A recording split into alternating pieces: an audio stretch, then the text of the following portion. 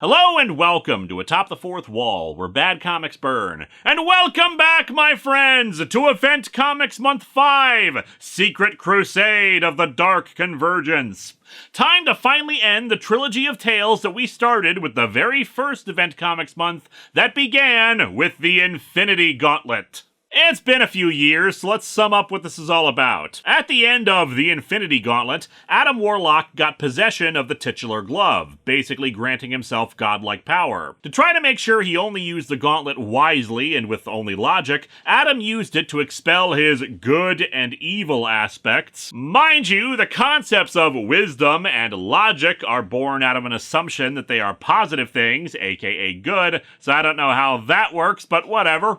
He then entrusted the gems to his Infinity Watch, a group of characters who each safeguarded one of the Infinity Gems. However, the evil aspect of Adam Warlock formed into the Magus, the apparently difficult to pronounce arch-nemesis for Adam. Utilizing several cosmic cubes, which, as a Hostess Fruit Pie ad reminded us, can do anything. The Magus tricked Adam so that he can gain the power of the Infinity Gauntlet for himself, but in turn was tricked and didn't have its full power. As such, the Magus got reabsorbed and contained in the Soul Gem. However, it seems that in the confusion of all this, someone stole all the cosmic cubes he had. Also, the Magus made a bunch of evil doppelgangers of Earth's superheroes because we needed to justify having other superheroes in this, even though it's not really about them. That's a bit of hyperbole, I admit, but basically, yeah. The problem with the two previous Infinity Sagas was that it was putting superheroes on a game board normally occupied by cosmic forces much bigger than them, and consequently, they were just peripheries, footnotes in the event rather than major players. Even Secret Wars 2 last time, long and tedious as it was, still had the Beyonders' interactions with the superhero population of Earth be the focal point for learning about mortality. They certainly contributed to the stories, but they weren't the main focus of them.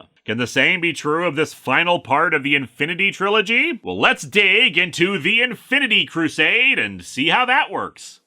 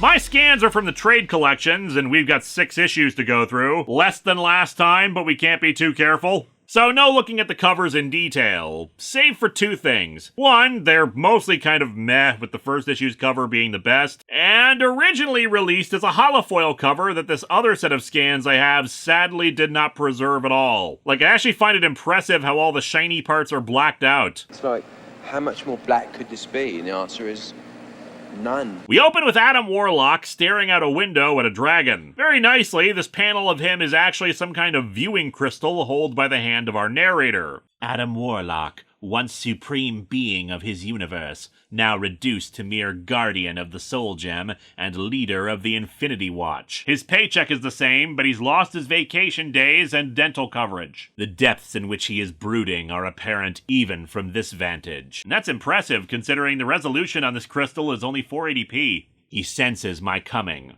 Some esoteric element within feels the metamorphosis on the horizon. How can he not be aware of the approaching awakening? Well, did he set his alarm? The rest of the Infinity Watch, Moondragon, Gamora, Pip the Troll, and Drax the Destroyer, are testing the strength of their new member, Maxim. Maxim was apparently a former villain of theirs who suddenly showed up again with amnesia. Little interest has poor Adam in his fellow adventurers' experiments. Does he realize his dark ways are about to come to an end? You make the call! Judgment Day is upon you, sinner. Repent! God, I hate it when the narrator is a televangelist. Adam walks off on his own to go investigate the danger he senses and decides to consult with Eternity, whom, as you might recall, is the embodiment of the universe, utilizing an oversized Palantir in his bedroom. Behold the viewing globe. Nothingness. The void. How peaceful it is. How easy for the artist. Eternity shows up and says that this method of communication should only be used in the most dire of circumstances, which Adam confirms is why he's doing so. Something is wrong in the universe. Eternity confirms that it does sense the approaching change, but its investigations aren't actually significant to its existence, so that's up for Adam Warlock to look into. In other words, screw you, it's not my problem. Eternity leaves, but then a new figure enters. Our narrator, who identifies herself as the Goddess. Adam quickly realizes that the Goddess is his good half. Naturally, with her being the embodiment of his goodness, she shoots him. The Goddess is the flame, self-awareness, and feminine, also naked for some reason. Adam vanishes, seemingly destroyed by her. We soon see a montage of how, across the Earth, various superheroes witness a bright light in the sky shaped in varying religious symbols to different people. A cross, a Star of David, the Holy Grail, an Ankh, etc. After they vanish, the Goddess suddenly teleports to a dark realm where the reality gem is being contained, then uses her power to banish its unseen protector away. Naturally, a sudden spiritual being showing up and claiming to be a holy force gets the attention of Mephisto, who senses that something threatens his realm. This cannot be allowed to come to pass, but I alone can do naught against such a grave menace. A pity Death stopped returning my calls and the Beyonder still has a beef with me over the whole tried to murder him multiple times thing. Some people are so judgy. Back over to the Goddess, it's revealed that she's been spending the last year collecting various cosmic cubes, or cosmic containment devices, since not all of them are cubes, from various dimensions. This includes the ones from Infinity War, revealing that she was the one who took them in the middle of all that. Mind you, considering even one of them is supposed to grant you anything you desire, since the Cosmic Cube can do anything. I don't know why having more than one is going to be that useful, but here we are. Still, using them, she alters her appearance, almost taking on a Joan of Arc kind of quality to her look. Gaze into the heavens, all ye faithful. Open your eyes to the holy plan. Give witness and pay homage to your Redemptress! Yeah, it turns out Redemption is on a subscription-only service. We get our title drop as we peer in on Adam Warlock, described as the first victim of the Infinity Crusade, in some subdimension where a purple hand reaches for him. The Goddess, meanwhile, begins to enact her plan as about a quarter of the Earth's population suddenly stops and seems to have a feeling of elation come over them. But more importantly, here's where we make things a lot easier for me and why this episode won't be as long as last time. A bunch of superheroes get a visit from the Goddess in a big multi-page montage. Only the superheroes she visits can see her, and there are quite a few. They're all ones with strong spiritual religious connections. Some obvious, like Storm, Daredevil, and Archangel. But then we have a few you wouldn't necessarily expect, like Spider-Man, or Susan Storm, wearing an outfit even worse than the Malice one, because at least that was goofy dominatrix gear that could still be considered a good look to some people, whereas this is an unnecessarily skimpy outfit with both an exposed stomach and a door-shaped boob hole. There. Sure glad I don't look stupid in this. She speaks to these heroes with a pitch about ending evil, making existence less unfair, relieving pain and suffering, and why she chooses specific ones. Like I said, there are too many to list, but this includes Captain America, Spidey, Thor, Doctor Strange, Scarlet Witch, and from the Infinity Watch, Gamora and Moondragon. Pretty sure we've talked about this before, but Moondragon is a powerful telepath who can also transform into a dragon, and once upon a time went by the name Madam McEvil, a name that, as far as I know, was not intended for parody or satirical purposes. Reach out for that miracle, my children.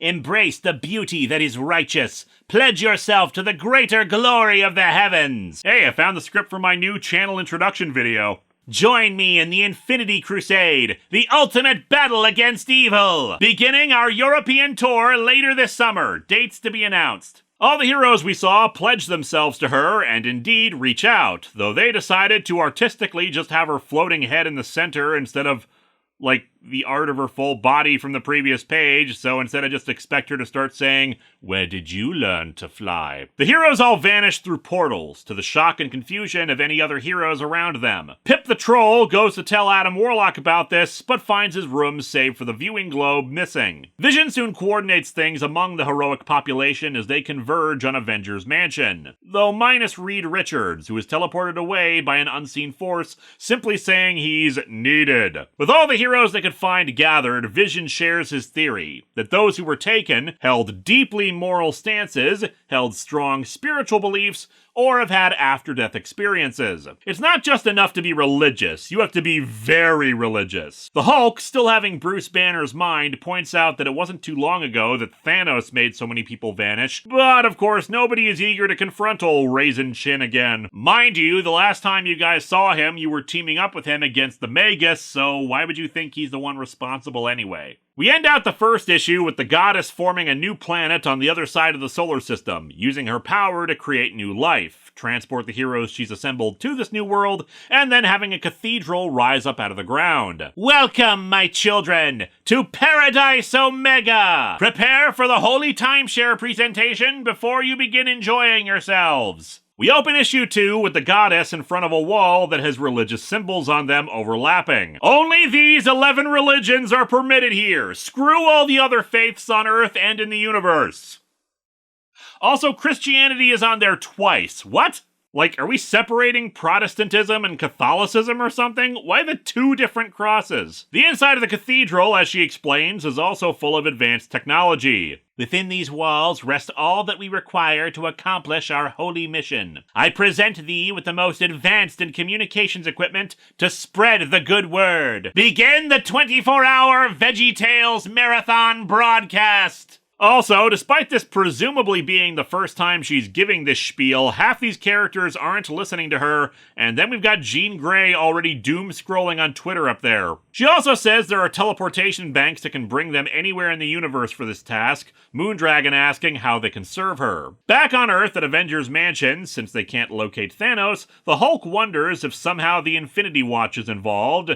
And indeed they are, as it turns out they were the ones to take Reed Richards for the purpose of a tie-in issue and arrive at the HQ. Unfortunately, the Thing, who's wearing a helmet because of character stuff going on in the Fantastic Four books at the time, assumes that they're the villains because of this and tries to attack, and Drax slamming him down causes a brief scuffle between the two groups. Reed Richards tells them to knock it off. Let Drax introduce you to his other pals. This is my buddy, the Bulk. That's the Hulk. No, I'm pretty sure you're the Bulk. You're purple and really bad CGI, right?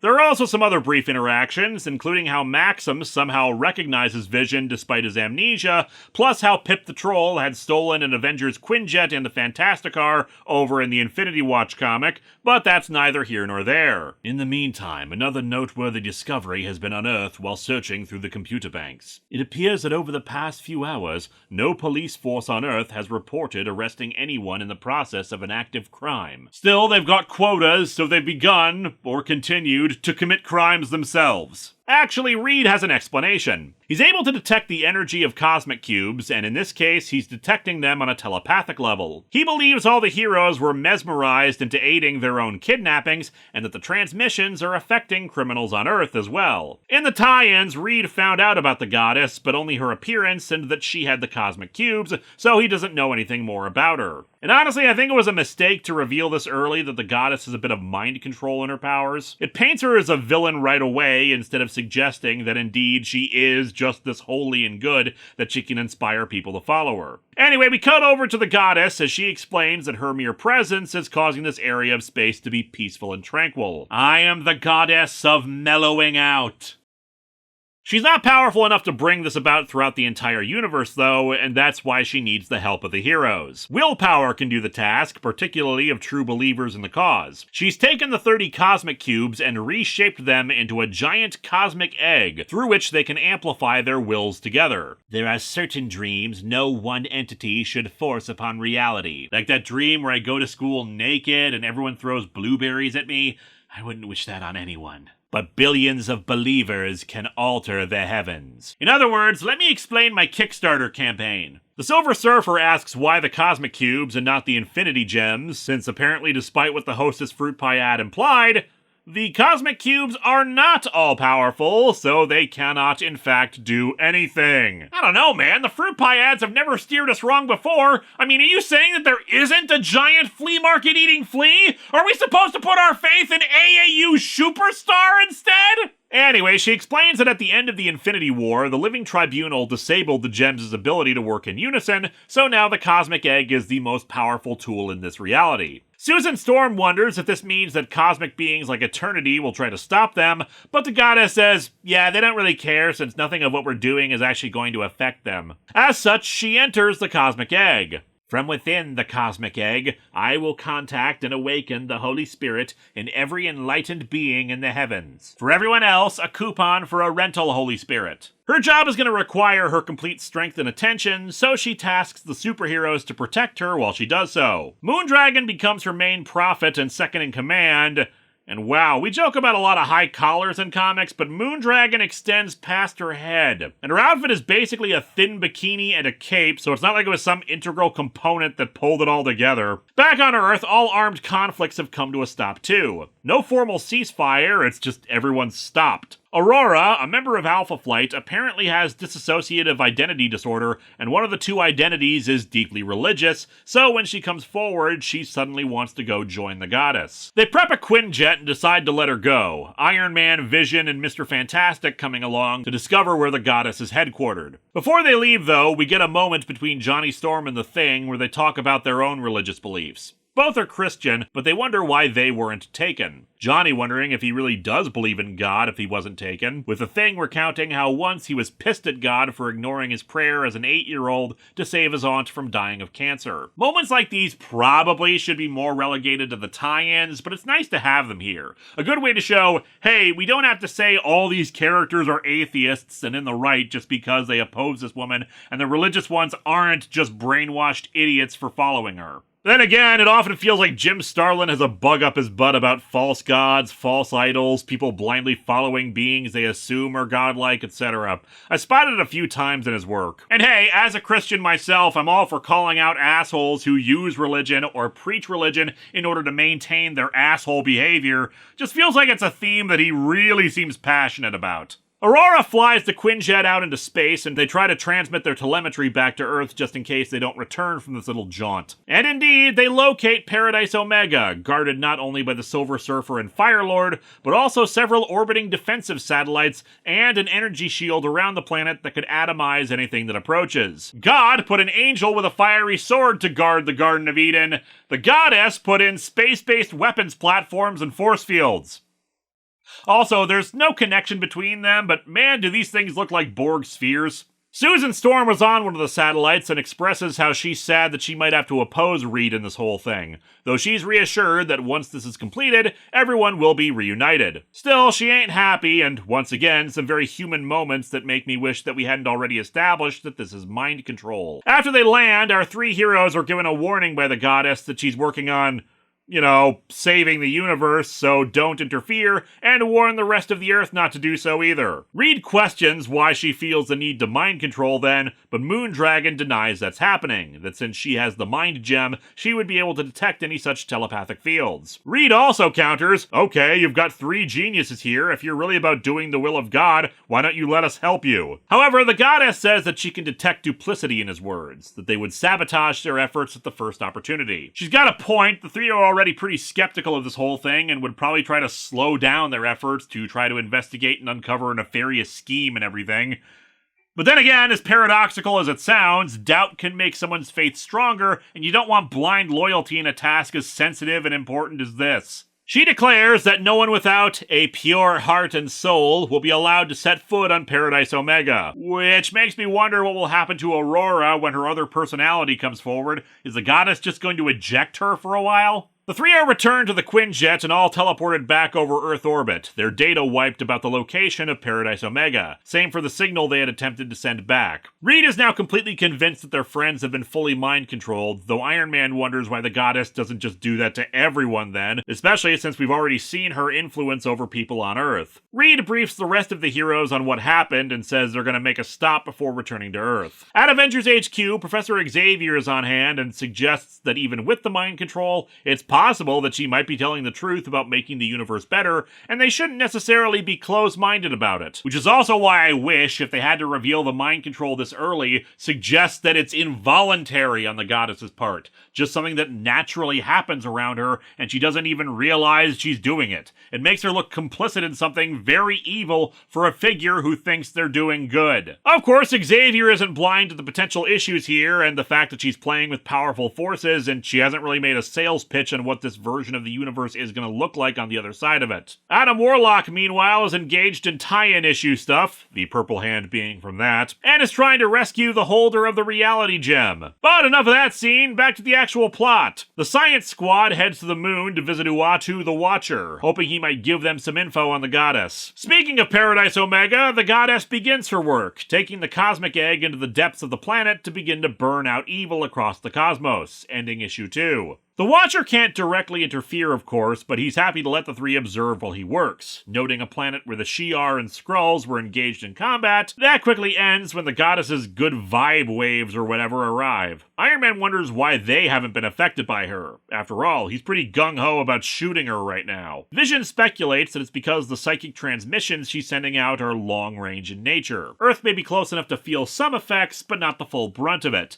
Thus the physical defenses around the planet itself. Okay, so we sneak in by pretending to be a pizza delivery Quinjet. They try to question the Watcher about the goddess's intentions and whether they should intervene, but he just teleports them back to Avengers HQ. Privately, the Watcher does say that there's some dire peril with the goddess's intentions. Meanwhile, we see that Doctor Strange is using his sorcery to spy on our heroes. Moondragon warns the goddess that her enemies are still conspiring against her, and she tells Moondragon to deal with them appropriately while she expands her sphere of influence. This could have also been a good point for the series, make it be less the goddess's intention that her followers are belligerent, but that mortal minds are misinterpreting her goals and thus acting way over the top about it. Kind of a parallel to real-life figures who think they're following their religion in a strict sense, but in reality are just doing more harm. At Avengers HQ, there's still more speculation and debate about the goddess's intentions, since regardless of the method, peace is spreading throughout the universe, exemplified by the supervillain Absorbing Man showing up at the HQ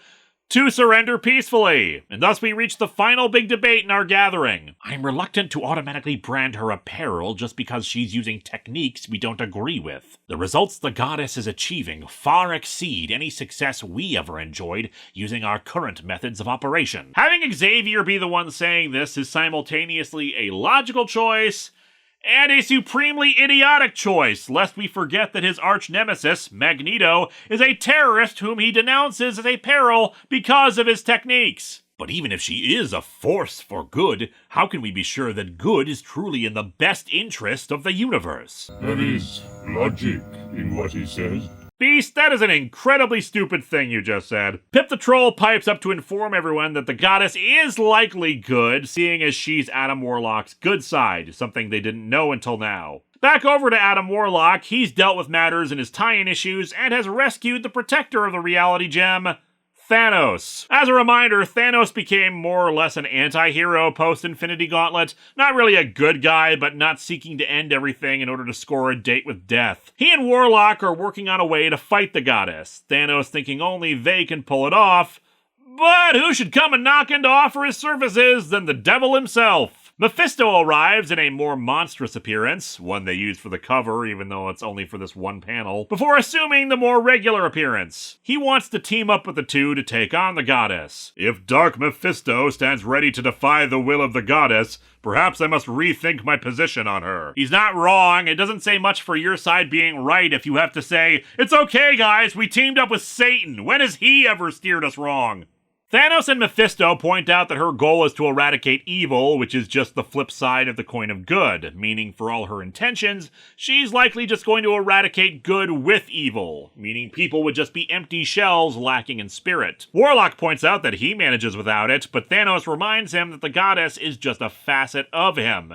So how would he go about eliminating all evil if he had limitless power? Back at the Avengers HQ, Reed makes his final case for going against the goddess. Her intentions are irrelevant because if they don't oppose her, they're in effect surrendering the universe's free will. They need to vote on whether to oppose her. Xavier agrees, but asks to try to contact Moondragon with his own telepathy to hopefully agree on reason for this whole thing, as opposed to immediately going to war. And thus he makes the attempt, and yeah, it's here where we really see Moondragon has become more like a zealot than anything else, calling Xavier an infidel and suggesting that any resistance or disagreement with the goddess is sacrilegious on its face. Thus she violently forces Xavier back. Like I keep saying, I think it'd be more interesting and a more allegorical take if Moondragon was more the villain of the piece, violently misinterpreting the goddess's wishes, so much so that even when the goddess tries to calm her down, she'll reject even the person she supposedly worships because her version of it is what she thinks is correct. In any case, Warlock asks Mephisto why exactly they need his help with anything. He says that he knows and understands the cosmic cubes under her control better than anyone, and consequently how to undermine her plans with them. Back over to the heroes, Xavier was injured from the telepathic backlash, but this has solidified the opinions of the others that they should oppose the goddess. As they prepare a couple of special Quinjets for their operation, Pip the Troll asks Vision about the cosmic cubes and how they work. And it seems that because of the tie-in stuff, he's pissed off about how everyone has treated him, and thus he has plans of his own. Warlock contacts him using the Soul Gem, and he fills Warlock in on what happened on their end. They agree to Mephisto's help, but Mephisto has his own price for his assistance. He wants one of the cosmic cubes when this is all over. The heroes devise a plan to disable the cosmic egg thanks to what Richards observed, but because Moondragon and company have been observing, they're able to warn the goddess about this plan in advance. Reed gives the heroes a pep talk about how they're going to need to fight their friends and loved ones on this, which sucks, but they have to be ready for it. And the ones under the goddess's control are equally preparing for the fight ahead, -1. The Silver Surfer suddenly resists the command by Moondragon for a preemptive attack on the heroes, and she calls him a blasphemer. Perhaps it was Galactus's past tampering with my soul, or maybe the power cosmic, or perhaps just my own strength of will which did it, but the spell is broken! I am no longer the thrall to the goddess's manipulations. The Silver Surfer is once again his own man, and I shall T-pose to assert my manhood! But Firelord was also nearby and blasts him. Meanwhile, Pip the Troll decides to go make things worse. He can teleport to any place he knows the location of, and since he has minor telepathic abilities and touched Xavier during his communication with Moondragon, he was able to suss out the goddess's location and teleports to the cosmic egg, grabbing hold of it and somehow taking control of the cosmic cubes that make it up by touching them, using his abilities to turn the goddess to salt to end issue 3. Whatever she was up to just got filed in the could-have-been folder, and Pip the Troll just became king of the universe! The universe is not so badly designed. Ah, well, I wouldn't worry about that anyway. It gets taken care of in a tie-in. Don't you love when major cliffhangers for your big crossover get settled in other books and not the one you're following?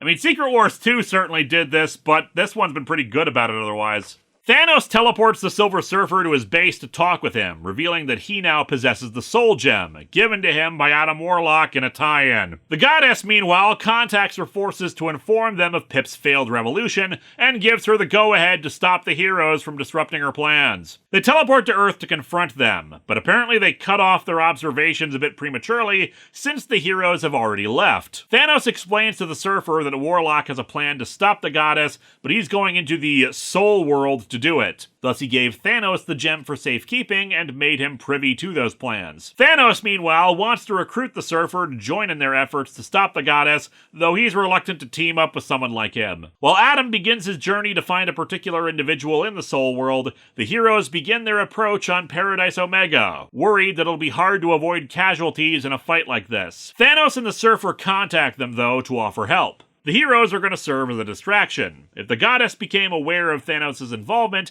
she may use the combined power of her cosmic cubes in a more direct fashion and, well, we already know how dangerous they are. Thanos also requires Xavier's help, though they explain he's in a coma after his contact with Moondragon. Thanos says that doesn't matter, soon teleporting him out of the Avengers HQ. That headset you place on the Professor will allow me to personally exploit his telepathic powers. Plus, I think he just needs something to wear. Enough with the plain bald look, Xavier. Get a hat or something for a proper superhero look.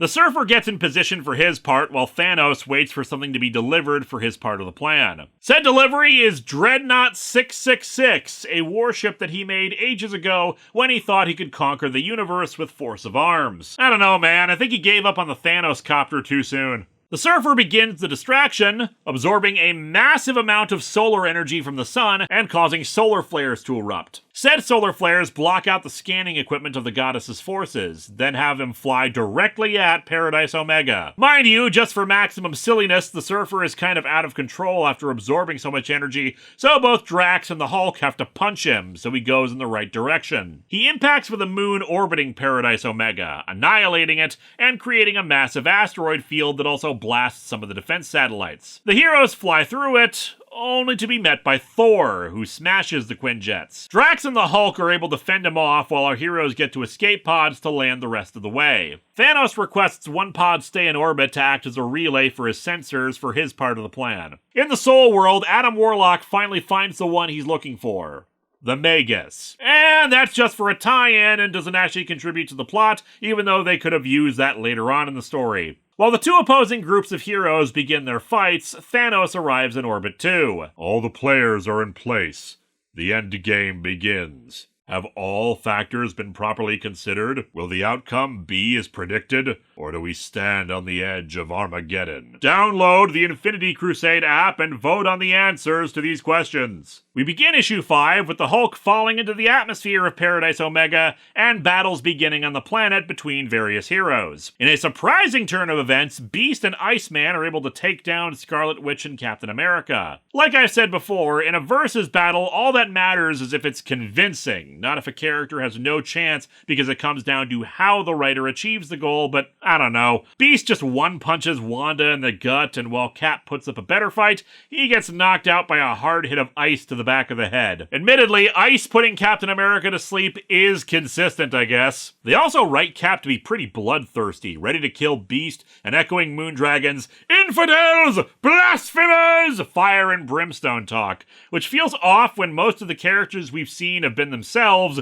just devoted more to the goddess's cause. Anyway, Warlock gets transported out of the Soul World as the battles on Paradise Omega continue, both sides losing people as they converge on a rendezvous point. The goddess begins synchronizing with the blessed souls of the universe, uniting their minds and wills together to direct them to eliminate evil via the cosmic egg. Thanos uses the Dreadnought's massive weapon systems to carve a hole down into the planet and give him a clear line to the goddess, though feedback destroys the ship. He and Xavier beam down and begin their plan, using the Soul Gem to try to get to her, but they can't in time. The goddess begins her plan of eradicating evil throughout the universe by blowing up stars, ending issue 5. Well crap, now when Christmas rolls around, we'll be singing a star, exploding in the night. Yeah, as you may have noticed, not much to talk about with issue 5. It's mostly made up of fight scenes. Decent fight scenes, especially for a hero versus hero event, but not much in the way of plot advancement until the end. So let's get to that ending, the final issue of the Infinity Crusade. Soul, a beautiful gem set among 10 smaller companion jewels, flaring brilliantly in the midst of the dark heavens. And it can be yours for $39.99 plus shipping and handling. Yeah, the sun goes supernova, and soon Paradise Omega is engulfed in destructive fire, killing everything on it. In a sequence that I'm betting was inspired by Terminator 2's apocalyptic nightmare sequence. For those not yet ready to meet their maker, the bewilderment remains. For those who were ready to meet their maker, a sudden realization of something forgotten for their luggage. Nor is any escape to be found in fantasy and entertainment. Fiery reality insinuates itself into the most preoccupied of souls. And see, this is why it's good I don't have a physical copy of the second trade of this event. But yeah, the planet burns and goes boom. Same for every other planet in the universe. And so ends the universe. Video essays deconstructing the disappointing finale flood YouTube. The goddess proclaims that her first step is complete. All of reality is now a place of righteousness with no evil existing in it whatsoever. But now she has to do that to all other realities in the multiverse. And then the goddess realizes that none of that actually happened. Reports of the demise of this universe have been greatly exaggerated. I mean, that comic book still lit on fire, but yeah, all the people in the universe suddenly open their eyes and they're not dead. The goddess's forces, the heroes opposing her, those influenced by her, they're all okay and contemplating what just happened. Some will be forever changed by this impossible moment, while others will glance about their unchanged surroundings and convince themselves it was naught but imagination run wild, a mere fantasy, and then realize they were reading Marvel and want to return to the universal death fantasy. This wasn't Thanos' doing, but Adam Warlock's. He emerges and explains that he was hiding in the goddess's subconscious. He realized that Thanos wouldn't breach her defenses in time, but since he was a part of the goddess's being and in contact with the cosmic egg, he could send that illusion out to the universe before she finalized the whole thing. It was so close that the goddess thought that she had done the real deal. The goddess thinks this doesn't really change anything. She still has the cosmic egg. Except, as Warlock points out, now everybody knows that her entire plan was to kill everyone and everything, so they're not exactly going to be contributing the collective willpower she needed for this. We now go live to Moondragon and her reaction to this revelation. The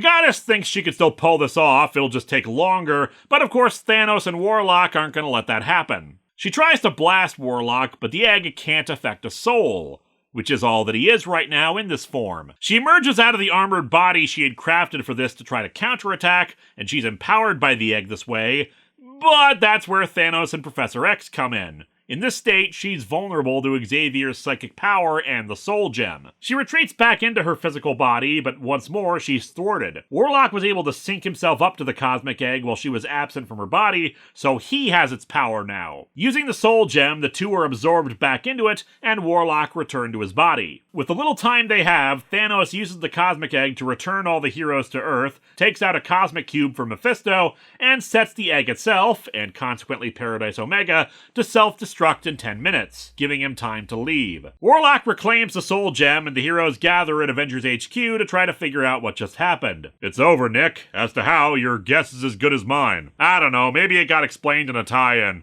Warlock asks Thanos why he didn't try to keep the Cosmic Egg for himself, and he admits it's because the thing was too much of a nuisance. And it was imperfect. After all, the Infinity Gauntlet did grant him omnipotence, and the Cosmic Egg fell short of that. Warlock goes to the heroes, who are all pissed at him because of how the goddess was an aspect of him, and feel he's partly responsible for all this, so he takes the Infinity Watch and they teleport away. The gathered heroes had just suffered through quite a harrowing and, to them, incomprehensible experience, the outcome of which all their heroic efforts had very little effect on. 3 Infinity events, and only I, the golden douchebag, am allowed to resolve things. But yeah, he doesn't blame them for being mad given everything that's happened. We get our epilogue. It seems most of the people in the universe don't recall what happened, the vision of the universal destruction written off as if it was a daydream or hallucination. The heroes who were under the goddess's thrall are feeling more than a little embarrassed and violated by what occurred, but as Wolverine points out to Storm, the goddess was the bad guy here, not the ones she tricked. And as I suggested, Moondragon herself feels pretty bad about it, since she strives to be a good person and was able to be so easily turned into a tyrant. Well, maybe you wouldn't look the part at least if your collar wasn't so frickin' huge. While Adam Warlock retreats to brood and contemplate what it means that his two aspects are back inside of him, we see that the goddess has the same fate as the Magus, a spirit inside the soul gem, unable to interact with any of the other spirits within, save for the Magus. Well, interact is all she can do. Talk to him. They're still incorporeal to the other. And unfortunately, back on Earth, we see that things have returned to normal. Violent criminals and warfare have resumed. And so our comic ends with Mephisto showing up to claim the Cosmic Cube promised to him. Thanos hands it over to Mephisto's glee, and it does nothing. I fulfilled my part of our arrangement by delivering to you an actual Cosmic Cube. You never specified that you desired a functioning unit. You'd think the devil of all people would learn to read the fine print. Mephisto leaves, promising vengeance, but Thanos just pontificates to himself. Prophets and devils constantly make promises, but in the end, their words always prove empty. For salvation, whatever that may be, will not be found amidst the external. It awaits within, which is why Thanos of Titan will never depend on any but himself and his inner darkness. Thanos proceeded to drunk-dial death later that night, begging her to take him back. This comic is okay for the most part. It's another case of a story that could have been great because the premise works and the overall plot points are solid, but the fine details mean that it doesn't really excel as much as it should. As I stated throughout, the big issue is that they give away that the goddess should be opposed almost immediately. After all, if the goddess was controlling people from the start, why even bother with appearing in front of people to talk to them? Why not just summon them and go from there? She clearly had no moral objections about it, especially since her ultimate goal was to destroy everything as a way of purging evil from the universe. Consequently, while that revelation is strong, I think it would have worked better if the mind control was more a subtle influence and she was completely open about her goals. Maybe state, yeah, I'm going to destroy everything, but that's only in order to purge the evil and then I'll bring you all back. She'd genuinely not see anything wrong or objectionable about it and assume others would feel the same. I also appreciate that the Marvel Universe's superheroes had a bigger role in this one than in the last two. Adam Warlock spends much of the story sidelined, and while he comes in at the end to resolve things, the other heroes don't consequently feel like guest stars in their own crossover. The goddess recruiting so many heroes to be on her side ensures that they're a part of events, even if by the end it once again turns into the Warlock and Thanos show. It's been a problem with all three stories in the Infinity Saga, but this one less so than the others. This event also has a lot of pretty visuals to it, not just the goddess, but the destruction of the universe has never looked so well rendered. It's not as good as it could have been, especially on its themes of faith, but overall, it's a better story than some we've looked at over the years. Next time, it's over to DC to celebrate the 30th anniversary of Crisis on Infinite Earths, with a story that's not really connected to it, and doesn't really feature the DC heroes, kinda, sorta. Next time, it's Convergence.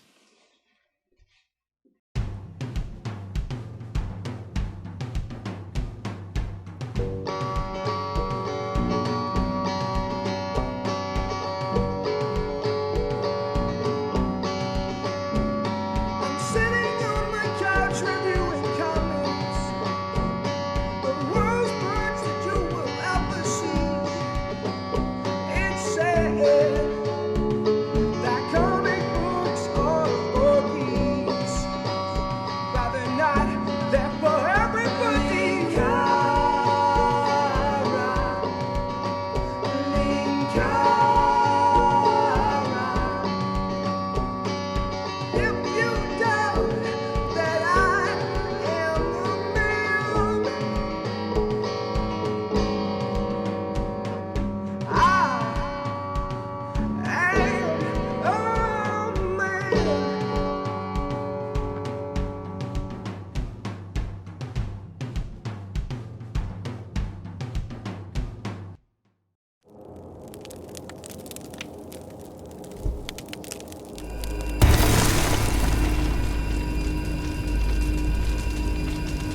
The cosmic cube is now mine! Any wish I imagine becomes reality! Marriages, Thanos! Give me all the marriages!